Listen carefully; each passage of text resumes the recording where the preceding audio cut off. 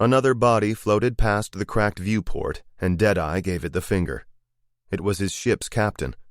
The shattered faceplate revealed swollen features caused by a loss of atmospheric pressure.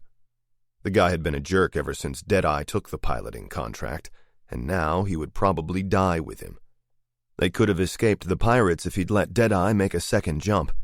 Yet the man had been stubborn and arrogant, like most mech captains, a deadlier combination than torpedoes fitted with nuclear warheads. While the ship trembled around him, Deadeye searched for a spare thrust pack in the airlock chamber. Of course, there were none because his now-deceased captain had thought it better to give them all to the mercenaries on board. The mercenaries who should have repelled the pirate boarding party. Now their bodies floated with the captain. That's what he got for working with mech. Sure, they controlled most colonies around the Orion Spur. The pay was good, and they seemed to appreciate the skills of an Uzari veteran like himself, but he was expendable. He should have been used to that by now. He whistled one of the silly romance songs homesteaders played on their radio streams. It always had helped him think back when he flew dropships in the mech navy. Back when he'd had a real name, not just a call sign. Sure, he could change it. Pick a new moniker from random, or pay an identity broker at the next spaceport to forge a new name for him. He could even pretend it was real, and that he hadn't forgotten most of his past due to flying ships through wormholes. Though he had not lost his will to survive or forgotten to live every moment like it was his last. Even an animal knew it didn't want to die.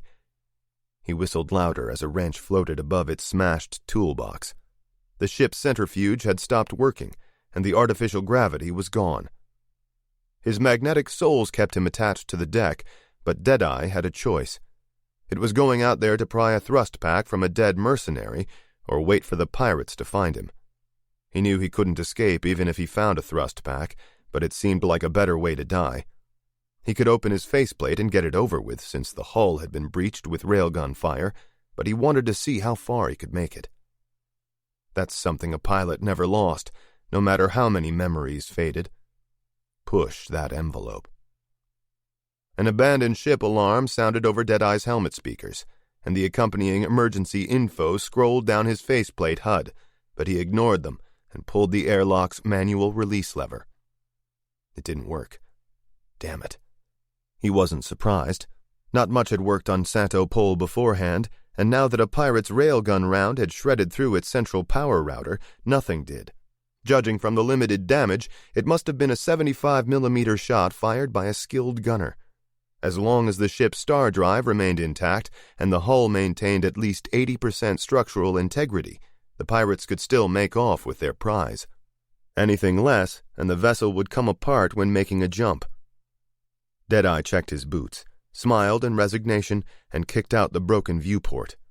It gave way easily. Tinted glass shards drifted away into the void. One more kick, and the framing caved in, creating a large hole for him to crawl out of.